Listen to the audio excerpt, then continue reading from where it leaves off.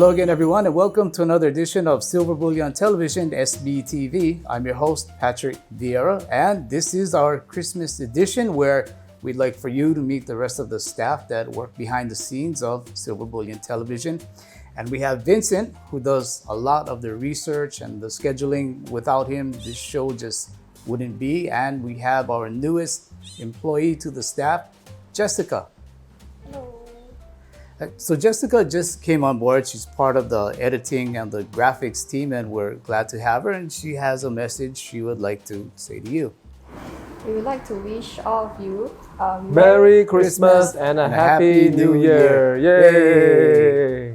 Okay, Jessica, I'm glad everyone had a chance to meet you, but if you don't mind, we need your help again behind the cameras. Patrick, so what a year we have had in 2019. Amazing. And it's been actually a good year for gold and silver. It has. And we have seen gold prices go up 15% this year, and silver has gone up 10%. Prices have been very encouraging. From peak to trough, gold was actually up 23%, and for silver, it was up 38%. So very encouraging signs. It's quite a bit. I didn't realize peak to trough was 38%. Yeah. In part of this, we also saw the gold to silver ratio moving quite a bit. It was in the 90 plus range. I think it even went below the 80 to 1 range. And we saw a lot of people moving back and forth between gold and silver. And right now the ratio sits at in the mid 80 range. Would you say the gold silver ratio is a pretty good indicator on what we should be buying? Yes, definitely. So with the ratio above 80, which is actually like a nearly 30-year high, people should be buying silver because silver is more undervalued versus gold when the ratio is that high. Yeah. Okay, and we also seen the stock market seems to be hitting an all-time high every single week. Is this real? It's definitely fueled by the Fed's cheap money, monetary policy. Yeah. It has reached levels like 28,000, which is all-time highs this year. I'm curious to see if the stock market is able to continue moving that high next year. Okay, and also in the news, we pretty much all got familiar with the term CLO, collateralized loan obligations and corporate debt. And we're seeing a lot of corporate debt starting to become a topic. Yes. So corporate debt right now is close to $6.5 trillion, which is nearly double where it was leading into the 2008 financial crisis. Yeah, it's kind of concerning because there are some people who feel like these corporate debt is not really an issue. And then we have other people who, as you mentioned, they're looking back to the 2008 crisis and they're saying, hey, corporate debt was sort of at the beginning of a lot of what happened. Yes, definitely. Patrick, let's review the top 5 themes of 2019. Sure. And the first one we want to talk about is the interest rate, which was in the headlines quite a bit. Interest rates were going up all the way to the end of about 2018. And then we saw them come down. Jerome Powell, Fed chair, he basically made a U-turn or a pivot, started bringing down interest rates. And at the same time, the Fed was trying to reduce their balance sheet. And he was only able to do it for a few months. And we rolled over into September. And then we saw what happened with the repo market. And Fed's balance sheet started growing again. And Powell has indicated that there's not going to be any new rate hikes. Yes, he has. I think he has committed to keep the rates where they are for an unspecific time. So I think it's safe to expect that rates will not be going higher in 2020. Yeah, but that it kind of brings in another question where if they're not going to raise interest rates, if a recession should come on, typically recessions, when they happen, the Fed needs at least 3 to 4% where they can come down as far as bringing down the interest rate to manage the recessions. But this time they're not going to have that. We stand at about 1.5%. And if we do need that 4% runway, we're at negative 2.5% as an interest rate. And I don't see how that would be able to manage a recession. I think that would put us in even deeper economic trouble. Yes, the central bank is essentially backed up against the wall right now. Yeah, agree. The next theme we would like to talk about is the repo market liquidity event that we saw in September, which led to the spike in rates to over 10% in the interbank lending market. Yeah, that was I think that was a surprise for everyone, especially the Fed.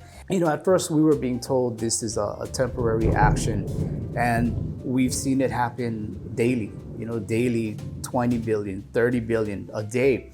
And now we're starting to see mortgage-backed securities come into the repo market. So you have to wonder, well, they're not just using treasuries, they're also using mortgage-backed securities, 10 billion, 20 billion, again, a day. And I don't know about you, but I would say that's pretty troubling if you have a bank needing to get cash every single day. Yeah, and what we have seen so far is that the Fed has injected about $350 billion in liquidity into the market.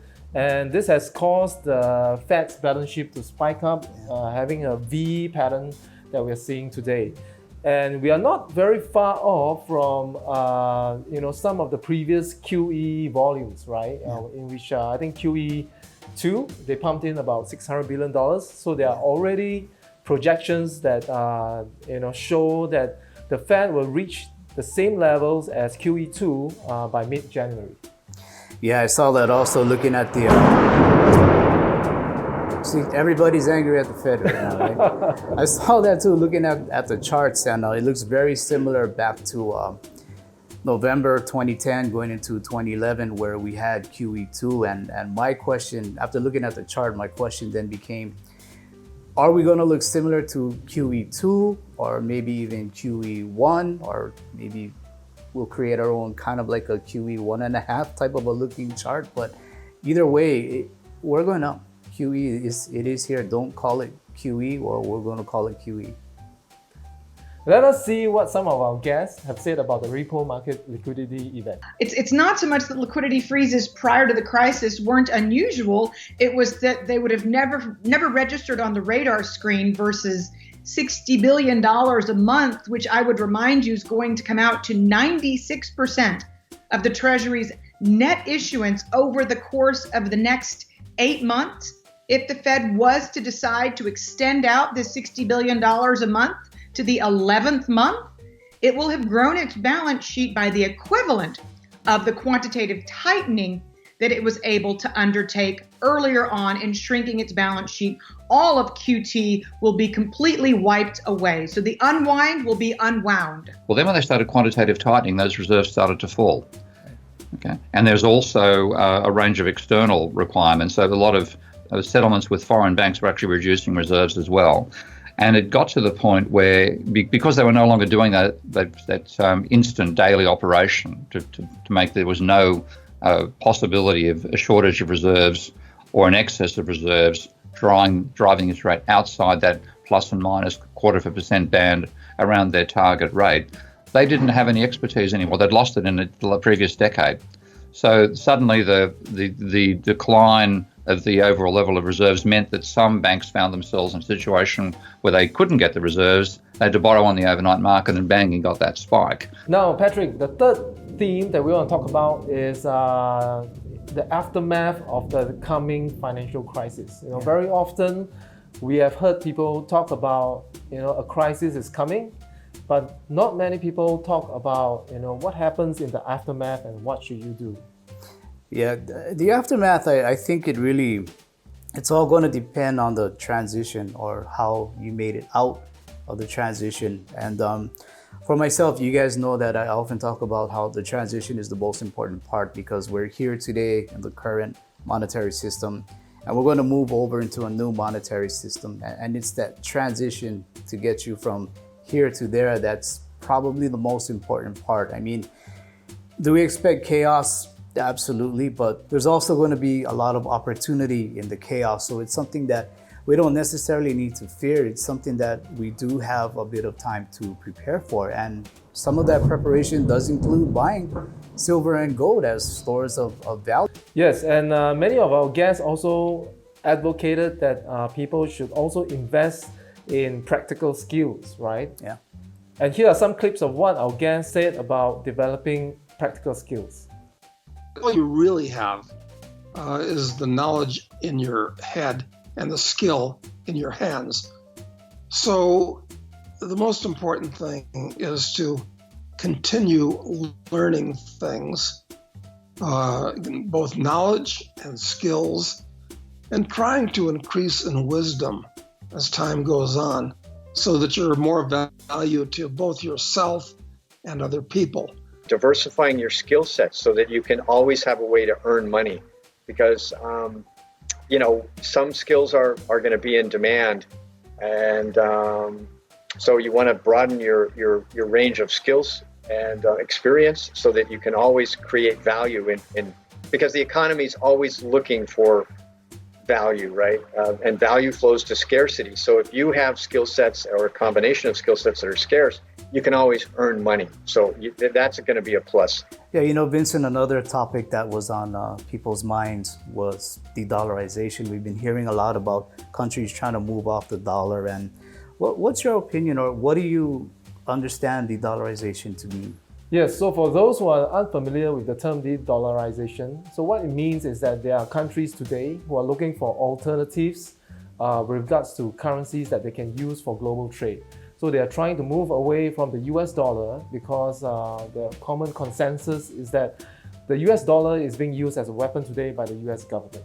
Yeah, we're seeing countries like over in actually Europe, I should say, they've created a rival to the SWIFT system, an adversary, if you will, called Instex, INSTEX. And apparently it's sort of like this little black box. It covers the transactions from different countries, and it's something that the US cannot take a look into. So because the US can't see what countries are doing or buying or how they're transacting, there can't be any sanctions on them, and therefore the dollar can't be weaponized on them. Yes. And Instex, there are other examples like CIPS from China. So all these are ways that they are thinking of to bypass the SWIFT payment system, which is often dominated by the US. And they follow US law, and it affects transactions even though those transactions have nothing to do with the US. In fact, this is some of what our guest has to say about de-dollarization. What would you say is the main cause for this coming dollar crisis? I think it's the combination of unconstrained U.S. fiscal spending, demographics, and a unwillingness by foreign sovereign creditors to basically underwrite U.S. deficits any longer, like they had for a long period of time. And there's a number of different reasons they are unwilling or unable to do so anymore, but it's really the confluence of those factors driving that. When 5 major oil producing countries stop selling their oil for dollars, how do you describe that other than dollar rejection? Yeah. How do you describe that other than to say people don't want dollars and people don't want American debt? And this is why the Federal Reserve has had to step in and be the buyer of last resort of American debt. People will buy American barrels of oil in dollars when America produces extra, and they're producing them at a loss. But that's fungible. People will buy that because it has utility. But people do not want their American debt anymore. I think another big part of this whole de-dollarization puzzle is, of course, that central banks aggressively are buying gold. Last year it was 650 tons, the highest number since 1971.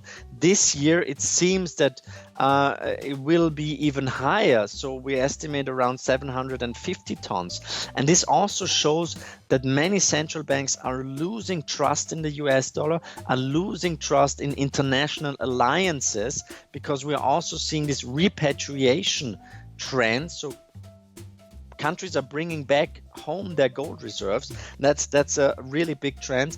And on the other hand, it seems that many countries really want to actively diversify out of the dollars. And the final thing we want to talk about is that gold and silver continues to be undervalued despite price rallies in both metals this year. Yeah, they both can be considered undervalued, but in other currencies, they've been doing okay. It's just with the U.S. dollar, it hasn't. It's gotten pressure within the U.S. dollar, but gold and silver, they're doing exactly what they're supposed to do. They are a hedge against some type of a fiat event, let's say, against inflation. So, from that aspect, it's not just the price point that you look at. You also look at what gold and silver can do for you as far as being a store of value, being a store of wealth. And these things in the long term are going to push the price of gold and silver quite a bit higher. Let us take a look at what some of our guests have said about the price of gold and silver. It's very interesting that they have used math calculations to forecast the prices. How do you see the demand for precious metals assets with the renewed interest in gold that came with the recent price rally? Well, let's talk about that arithmetic a little more, Sure. because that's math talking, not Rick talking, and math can be compelling, I think. The actual number is less than 0.5%. Precious metals and precious metals related securities comprise less than 0.5% of savings and investments assets in the United States. At the top of the epic bull market of the 1970s, in fact, all the way to 1981, precious metals and precious metals investments comprised 8% of investable assets in the United States. The 3-decade mean was about 2%. So if precious metals and precious metals assets attained their mean market share over 3 decades at 2%, demand for precious metals and precious metals equities in the United States, which comprises 24% of investable assets in the world, would quadruple. Think about the fact that silver represents 0.02% of the world's financial system. It would need an increase of a factor of 50 times to get to 1% of the world's financial system. And in an all-out currency crisis, it's not unimaginable to me to see 1% of the world want to go to the silver market as a safe haven investment. Nobody knows exactly how much gold exists in the world. My guess is about 6 billion ounces are available for the 7 billion people in the world. What's the price of gold? What should it be? I'm going to guess $5,000 or $10,000 per ounce. If you take the number of dollars in the world and divide it by the number of ounces that the U.S. government has, they're supposed to have 265 million ounces in Fort Knox. I don't know if that's true or not, but that's what they say. So you do some simple division, the number of dollars in the U.S., the number of euro dollars outside the U.S., the amount of credit in the world. There's all kinds of numbers that you can come up with for what gold is worth. But I'd say that this next bull market in gold, which has already started, is going to take gold to at least $5,000 or $10,000 an ounce in terms of current dollar value. I think it's going to be spectacular. Patrick, as the host of SBTV, and you have interviewed so many guests this year, what was the most memorable things that our guests have said, in your opinion? Yeah, one of my more favorite guests was Rick Rule, and it wasn't because of any one particular thing that he said, but it was more about the logic of how he comes to certain conclusions, and I'll show you here as an example. First is certainly that after a 35-year bull market in the U.S. Treasury, it is almost certain that that bull market is either over or at least closer to the end than to the beginning. If you believe that to be the case, it's a simple extrapolation to say that a bull market in gold, which trades inversely to faith in the US dollar, is closer to the beginning than to the end. When he did that, what it showed me was you have to logically look at things and just ask yourself a simple question such as, is the US closer to peace and stability, or is the US closer to chaos and instability? And if you find your little meter pointing more towards instability and chaos, then you realize, okay, well, what do I do now? And you point your compass towards the path you need to take in order to do the things you need to do. For me, it was David Stockman when he said this. The greatest economic sin of modern history occurred at Camp David that weekend in August 1971, and we've been paying the price ever since because we basically left true free market capitalism behind, particularly in the financial sector.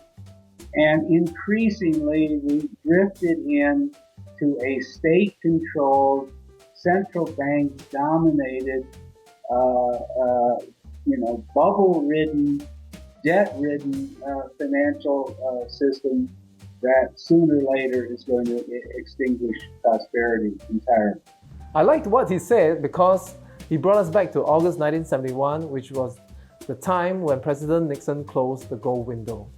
And when the US dollar is no longer linked to gold, the currency essentially becomes dishonest and can be printed infinitely by central banks. Yeah, and it's continuing all the way to today.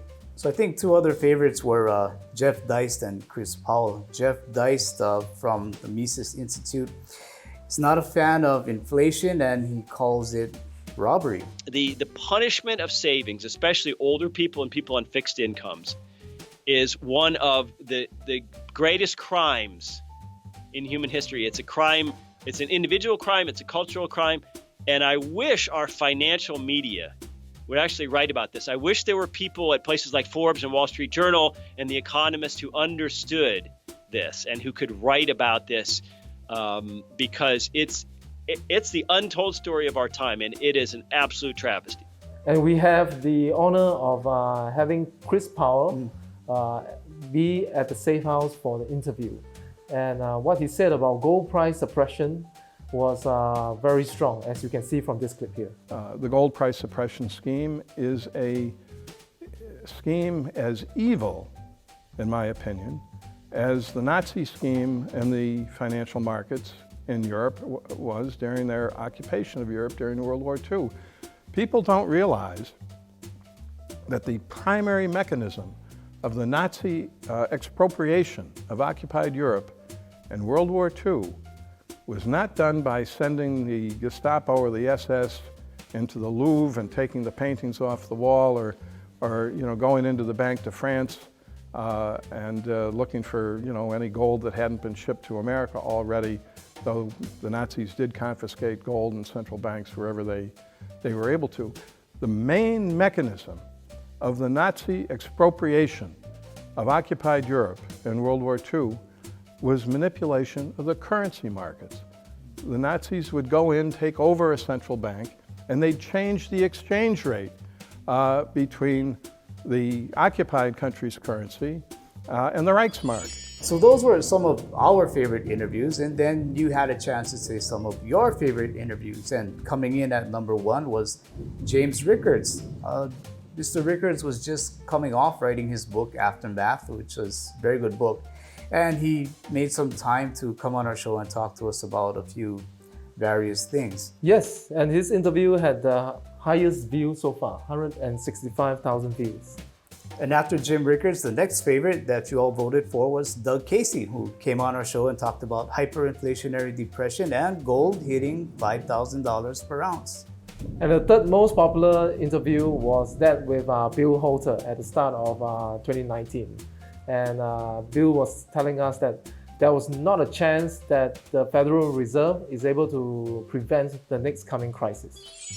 So those were your memorable interviews, and then you were kind enough to always leave us some feedback and comments, and we'd like to share with you some of the more memorable comments from you to us. And the first story is from Khaled Adams. He says, in 2008, Bush leaving office saying we need to bail out the banks with hundreds of billions. This prompted me to investigate, beginning with educating myself on classic economics, which led me to central banks, and then precious metals, and then the markets, and here we are. Then we had Jack Hurley, who I'll read his notes here. I looked for an undervalued asset to invest in. Research brought me to gold and silver.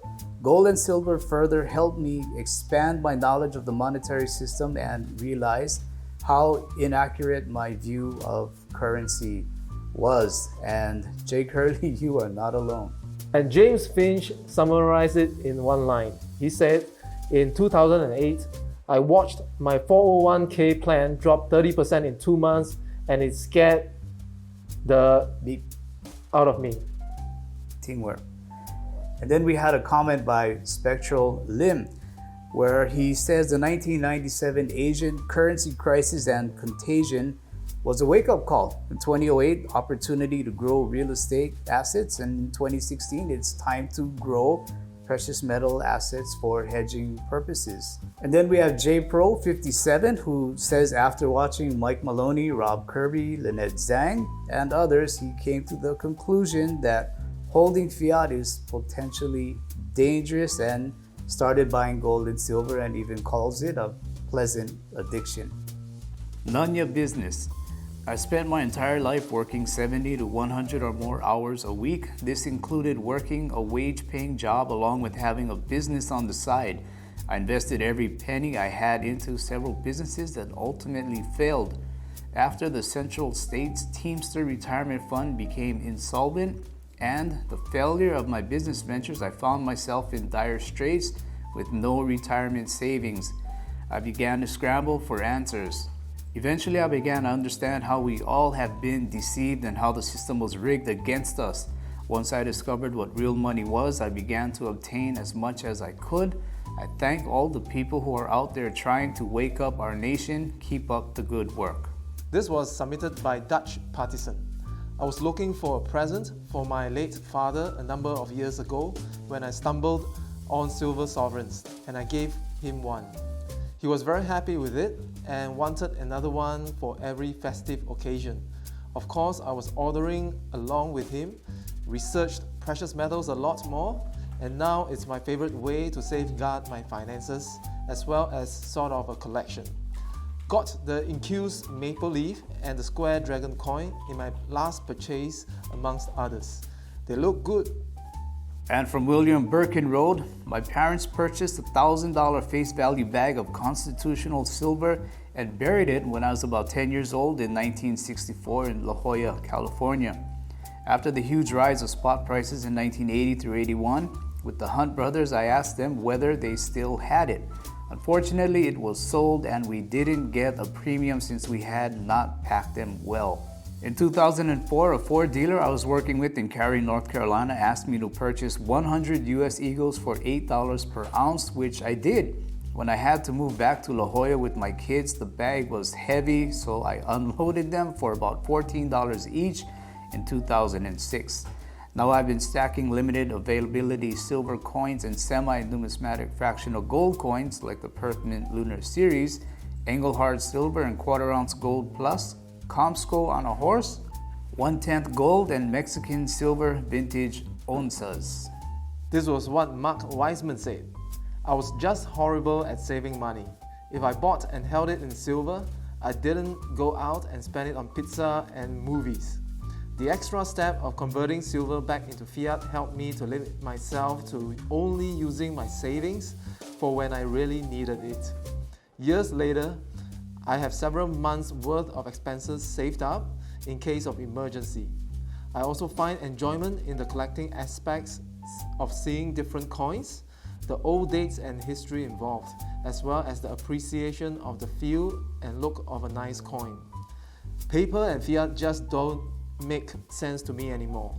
After holding, seeing, feeling physical gold and silver, there is no comparison to fiat. I can no longer compare fake monopoly money to real money. And from Jose M, realized how and why I was cheated with fiat. Realized hard assets are true wealth, land rights, gold, silver, positive cash flow converted to hard assets. That is true wealth. Fiat is meant to be converted or spent, never held long term.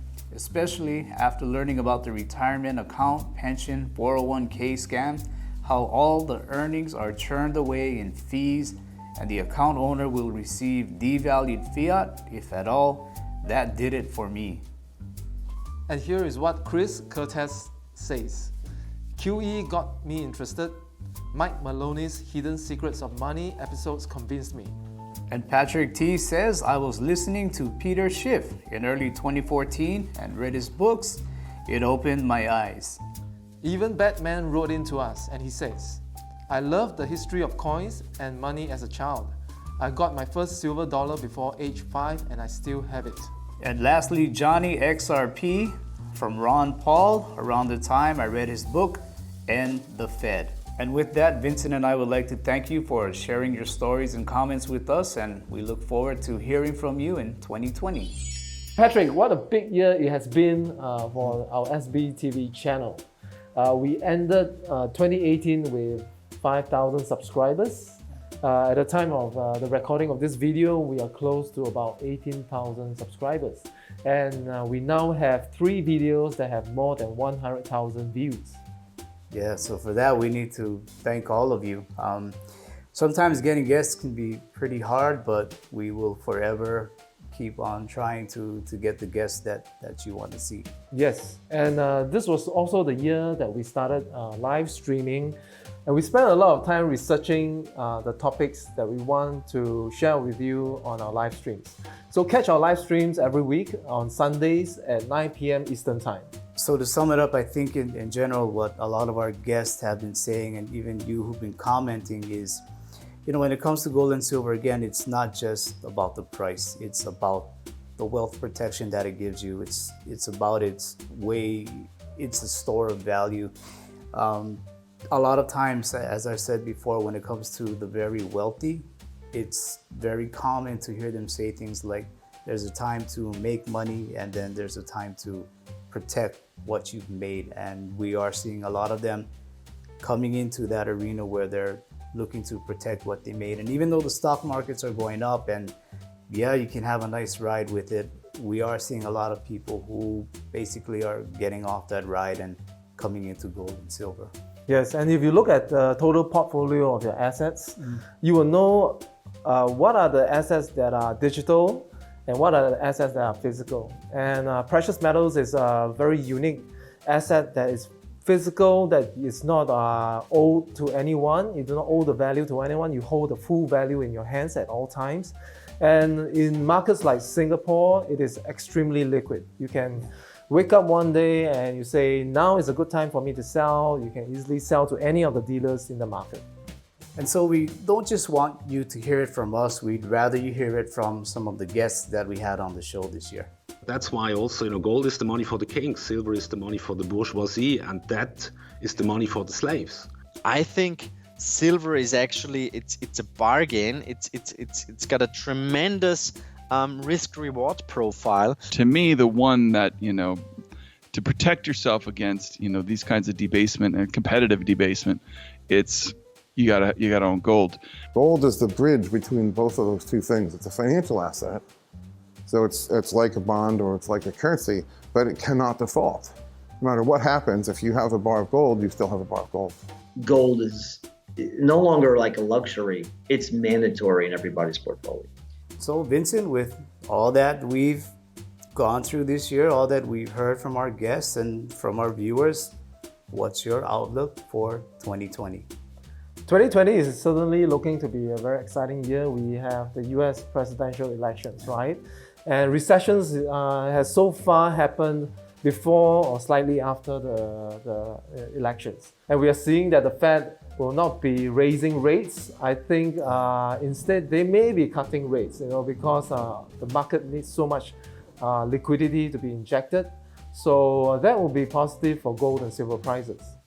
Yeah, 2020 coming up, and I think a lot of great things are going to happen despite, the uncertainty of the elections and de-dollarization may be happening. But I think a lot of good things are going to come up. I think we're going to see a lot of good movement in silver and gold. I think, these are two assets that are going to prove their worth come 2020, maybe 2021. And for the guys that have been waiting since 2011, I think, their time is coming. And I think a lot of good, positive things are going to come our way. Yes, so based on the movement of the gold and silver prices in 2019, we can see that, rather many of our guests have said that it's the start of a new bull market because prices have broke through significant multi-year resistance levels. So although right now at the time of recording, we are, gold and silver are in the midst of a period of correction of about 3 months. Hopefully when the new year starts, it will continue the pattern of a bull market and we'll see higher prices. And besides seeing higher gold prices, we hope to see all of you as well in 2020. And with that, Vincent, I, and Jessica, who's helping us behind the cameras, we want to wish you a very Merry Christmas and a Happy New Year. Take care, everyone. Take care. Can you say it again? Who had an interview with us about deflationary, hyperinflationary. Patrick, let's review the I'm acting.